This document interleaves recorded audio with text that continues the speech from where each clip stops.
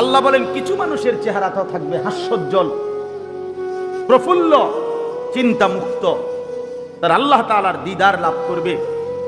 আর ওয়াবুজুহুন ইয়াউমাইদিন বাসিরা, ছেলেরা শুনো, ভাইয়া বাবা শুনেন, আল্লাহ বলছেন কিছু মানুষের চেহারা থাকবে বিমর্ষ, মলিন,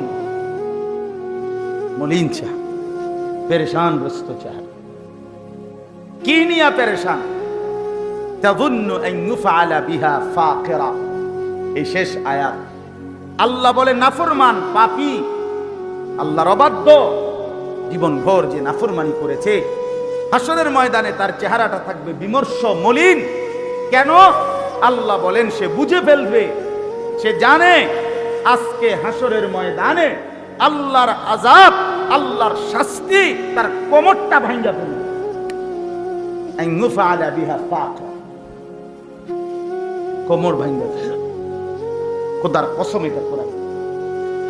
আল্লাহ বলেন নাফরমান, তোর হাড্ডি কোমর পুরা করে দেবে, কোমর ভাঙবে। এই জন্য মাতবুরি, অহংকারী, দুনিয়ার লোক ব্যস্ত হইয়েন না, ব্যস্ত হইয়েন না। সবাই ভাবেন, সবাই ফিকির করেন, আমিও আপনি। তাযুন্নু আন ইউফআলা বিহা ফাকিরা। আল্লাহ তাআলা বলে নাফরমান বুঝে ফেলবে আজকে আল্লাহর আযাব আমার কোমর ভাঙা ফেলবে, কোমর ভাঙা ফেলবে। হ্যাঁ, হাসরের ময়দানে আজকে বেইজ্জতি হবে। এই জন্য আমরা প্রত্যেকে আজকে এই নিয়ত করবো ইনশাআল্লাহ যে আমরা আখিরাতকে ভুলবো না, আমরা আখিরাতকে ভুলবো না। সব ছেলেদের কাছে অনুরোধ, ভাই নামাজ পড়ো, চেহারাটা সুন্দর করো। তুমি মুসলমান, আরেকবার ভেবো তোমার আল্লাহ আছে, তোমার রাসূল আছে, তোমার কোরআন আছে, তোমার ইসলাম আছে। চারটি শ্রেষ্ঠতম নিয়ামত। আল্লাহ যার রব, মুহাম্মদ সাল্লাল্লাহু আলাইহি সাল্লাম যার রাসূল, কোরআন যার কিতাব, ইসলাম যার ধর্ম, সর্বশ্রেষ্ঠ। এই চারটাই সেরা। আল্লাহ সর্বশ্রেষ্ঠ, আমাদের নবী সর্বশ্রেষ্ঠ, আমাদের কোরআন সর্বশ্রেষ্ঠ, আমাদের ইসলাম কি সর্বশ্রেষ্ঠ।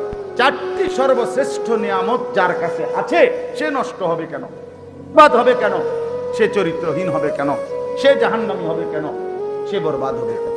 এই জন্য দয়া করে প্রত্যেকে ইনশাআল্লাহ, বয়স্ক, জওয়ান, মা বোন, সবার কাছে অনুরোধ, চলেন আমরা আখিরাতের ভয়ে, আখিরাতের ফিকিরে 5 ওয়াক্ত নামাজ, আল্লাহর হুকুম পালন, নিজের উপার্জন হালাল করা, আখলাক চরিত্র সুন্দর করা চেষ্টা করুন।